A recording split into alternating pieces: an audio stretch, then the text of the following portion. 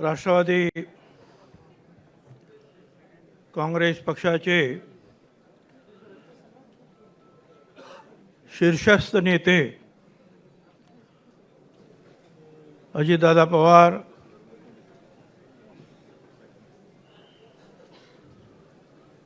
प्रफुल्लभाई,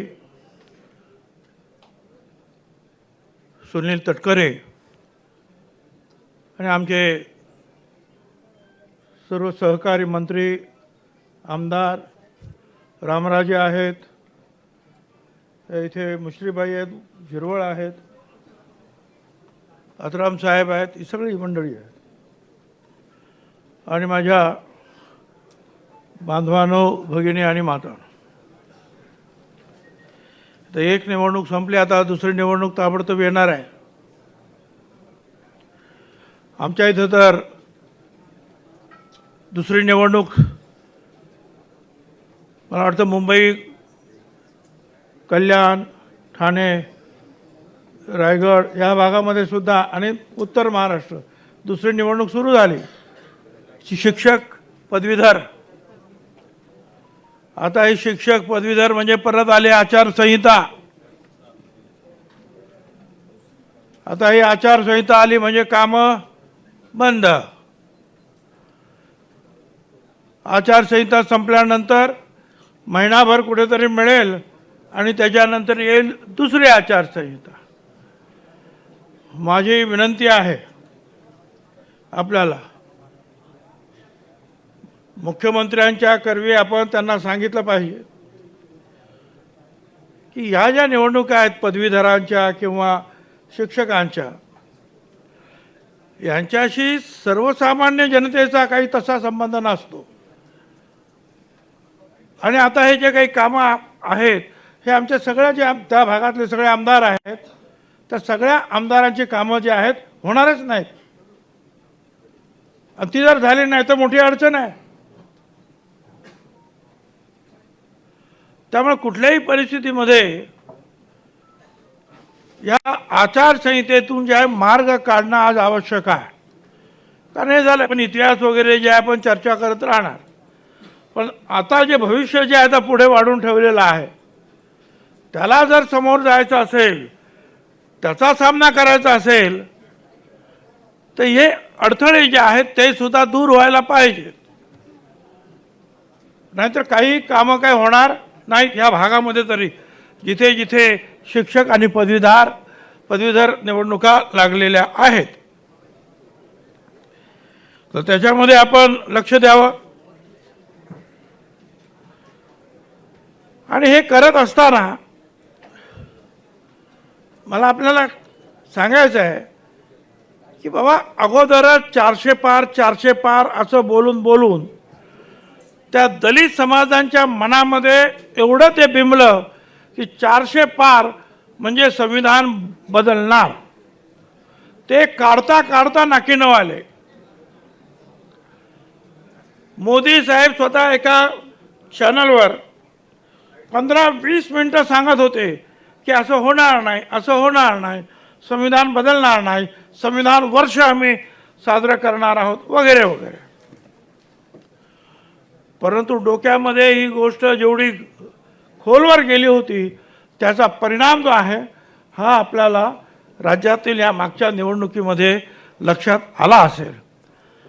आता ते कुठे संपलं नाही तर मध्येच हे आलं की आता शाळांमधून सुद्धा मनुस्मृती येणार आहे. आता आणखीन काय नवीन आहे, मनुस्मृती आणि त्याच्यानंतर मनाचे श्लोक पाठ करायचे. आता हे मनुस्मृती म्हटलं तर झालं आणखीन कल्याण. म्हणजे अगोदर ते त्याच्या भयंकर हे,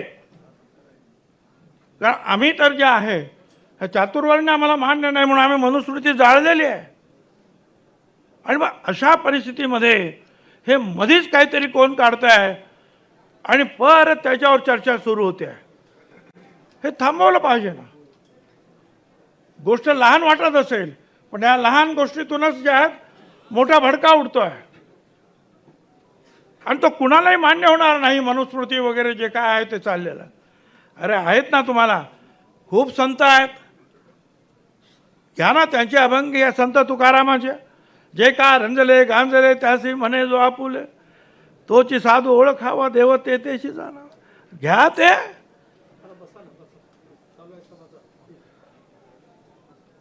तुकाराम महाराजांनी तर खूप आपल्याला उपदेश चांगले केले.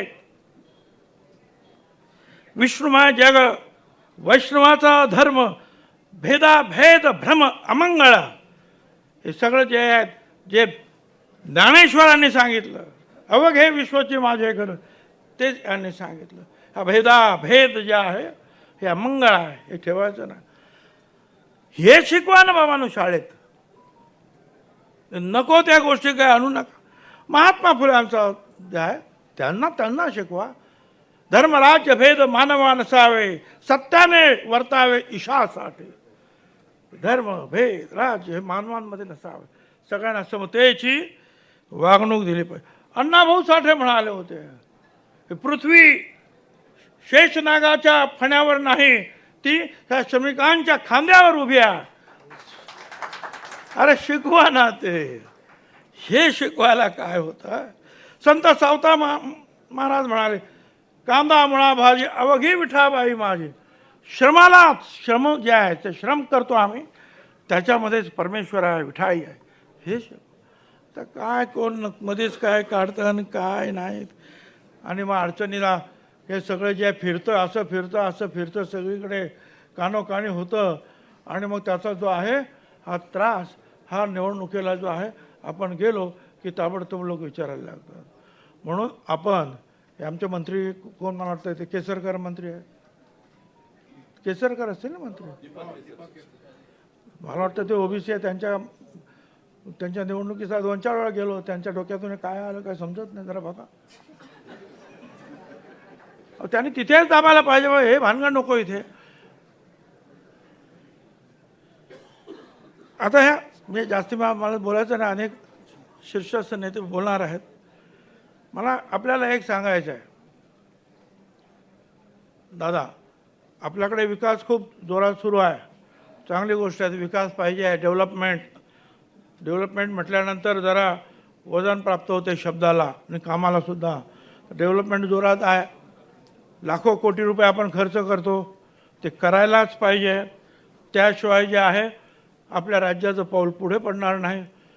परंतु एक आहे, काही गोष्टी जे आहे ना अगदी सर्वसामान्य माणसांपर्यंत जातात. आणि अनेक वेळा तुम्हाला आम्ही सांगितलेलं आहे, म्हणजे लोकांनी सुद्धा, शिवभोजन ही गोष्ट आहे. आता लोकांना असं वाटेल काय परत शिवभोजन. अरे परंतु जे आहे, जे लोक तुमच्या त्या टनेलमधून जाणार नाहीत, त्या कोस्टल रोडवरून जाणार नाहीत, ते लोक जे आहेत ते शिवभोजन घेणार आहेत. गरीब लोक आहेत. कोणीतरी काहीतरी सांगते काय हे आहे म्हणे का भ्रष्टाचार. कसला भ्रष्टाचार त्याच्यामध्ये. हां, 5 आणि 10 रुपयामध्ये द्यायचं आहे ते जेवण आणि त्याच्यावर.